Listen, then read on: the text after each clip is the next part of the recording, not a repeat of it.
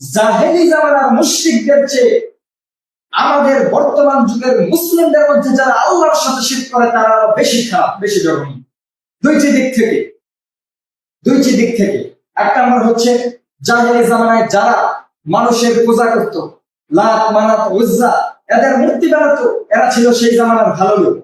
আগের যুগের ভালো লোক ছিল, পরহেজগার লোক ছিল, তাদের মূর্তি বানিয়ে তারা ওসিলা গ্রহণ করতো, মাধ্যম গ্রহণ করতো। এগুলার ইবাদত করলে, পূজা করলে যদি আল্লাহ সাহায্য নিয়ে আসে, এই উদ্দেশ্যে যাতে আল্লাহর নৈকট্য অর্জন করতে পারে, এই জন্য ভালো মানুষের মূর্তি বানিয়ে তারা পূজা করত।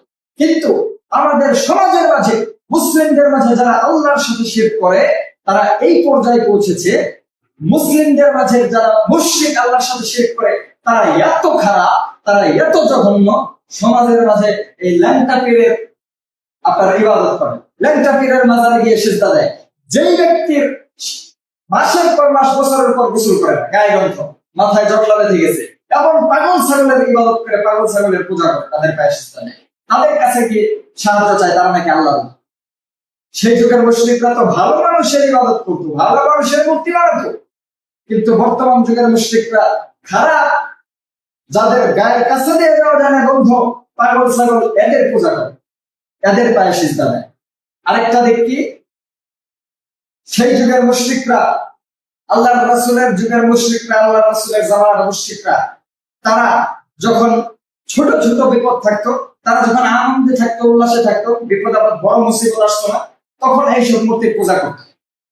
কিন্তু যখন তাদের উপরে বড় বিপদ চেপে আসতো, আল্লাহর পক্ষ থেকে কোনো পরীক্ষা আসতো, তখন তারা বলতো যে এইগুলা কি দেখার লাভ হবে না, এইসব মূর্তি আমাদের উপকার করতে পারবে না, তখন তারা এক আল্লাহকে ডাকে, এইসব মূর্তি বাদ দিয়ে তখন আল্লাহকে ডাকা শুরু করতো। আর আমাদের মাঝে মুশরিকরা এত খারাপ, যখন ছোট ছোট বিপদ আসে তখন এরা আল্লাহকেই ডাকে, যখন বড় কোনো বিপদ আসে তখন চলে যায় পীরের কাছে। প্রথম 3 মাস, 5 মাস, 7 মাস আল্লাহকে ডাকছে, আল্লাহ একটা সন্তান দাও, সন্তান দাও, এবার সন্তান হচ্ছে না। প্রথম কয়েক মাস ডাকার পরে যখন দেখছে যে সন্তান হচ্ছে না, সন্তান দিচ্ছে না, এবার সে বুঝে নিয়েছে আল্লাহ আর পারবে না, আল্লাহকে দিয়ে আর হবে না, আল্লাহকে অনেক ডাকলাম, আল্লাহ সন্তান দিতে পারবো না, এবার যাই পীরের কাছে, সে যদি পারে। আপনার ছেলেটা অসুস্থ, অনেক দিন থেকে কাতরাচ্ছে, অনেক ডাক্তার দেখালেন, চিকিৎসা করলেন, কোনো লাভ হলো না। এবার যখন আল্লাহ দিতে পারলো না, আল্লাহকে ডাকলেন, আল্লাহ দিতে পারলো না, ছেলেটার অসুস্থতা ভালো হলো না, এবার আপনি গেলেন হুজুরের শরণাপন্ন হলেন, এবার আপনি গেলেন ফকিরের কাছে লাল সুতা আনতে আর তাবিজ আনতে।